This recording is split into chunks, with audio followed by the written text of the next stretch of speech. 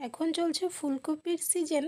আর এই সময় ফুলকপির পকোড়া খাবো না সেটা তো আর হতে পারে না। তো আজকে আমি ফুলকপির পকোড়া বানাচ্ছি আর রেসিপিটাও তোমাদের সঙ্গে শেয়ার করছি। এখানে আমি অল্প জল নিয়েছি একটা বাটিতে, এর মধ্যে বেসন নিয়ে নিলাম 3.5 চামচের মতো। এর সঙ্গে আমি সুজি দিয়ে দিচ্ছি 3 চামচের মতো। আমি এর মধ্যে সুজি অ্যাড করছি।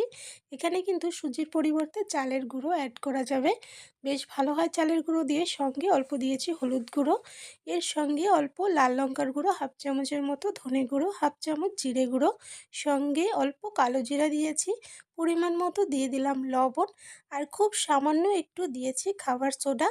এর সঙ্গে আরও একটু জলের মধ্যে অ্যাড করলাম। এবার এটাকে ভালো করে মিশিয়ে একটা পেস্ট বানিয়ে নিচ্ছি। একটু গাঢ় করে পেস্টটা বানাতে হবে।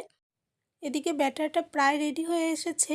এই সময় এর মধ্যে 1 চামচের মতো গরম তেল দিয়ে দিলাম। গরম তেল দিয়ে দিলে যে কোনো পকোড়া কিন্তু অনেক বেশি ক্রিস্পি হয়, খেতে অনেক মজার হয়।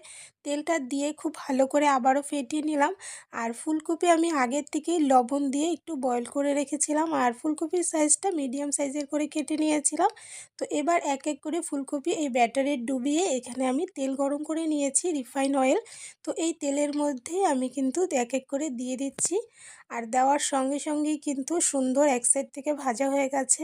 আর আঁচটাকে এবার একটু কম করে দিলাম, কেননা অনেক বেশি গরম তেলে পকোড়াগুলো ভাজলে ভেতর থেকে কাঁচা থাকবে, উপরটা লাল হয়ে যাবে।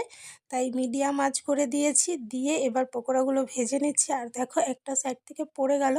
তো যাই হোক, এদিকে দেখো পকোড়াগুলো ভাজা হয়ে গেছে, আর ভাজার পর ফুলে আরও কত বড় বড় হয়ে গেছে। এবার এক এক করে আমি কিন্তু সবগুলো পকোড়া উঠিয়ে নিচ্ছি। বেশ সুন্দর কালার হয়েছে, বেশ সুন্দর ক্রিস্পি হয়েছিল, দারুণ মজার এই ফুলকপির পকোড়া। আর এই ফুলকপির পকোড়া পছন্দ করে না এমন মানুষ কিন্তু খুব কমই আছে। সকাল বিকালের চায়ের সঙ্গে বা রাতের খাবারের সঙ্গেও কিন্তু দারুণ লাগে এই ফুলকপির পকোড়া।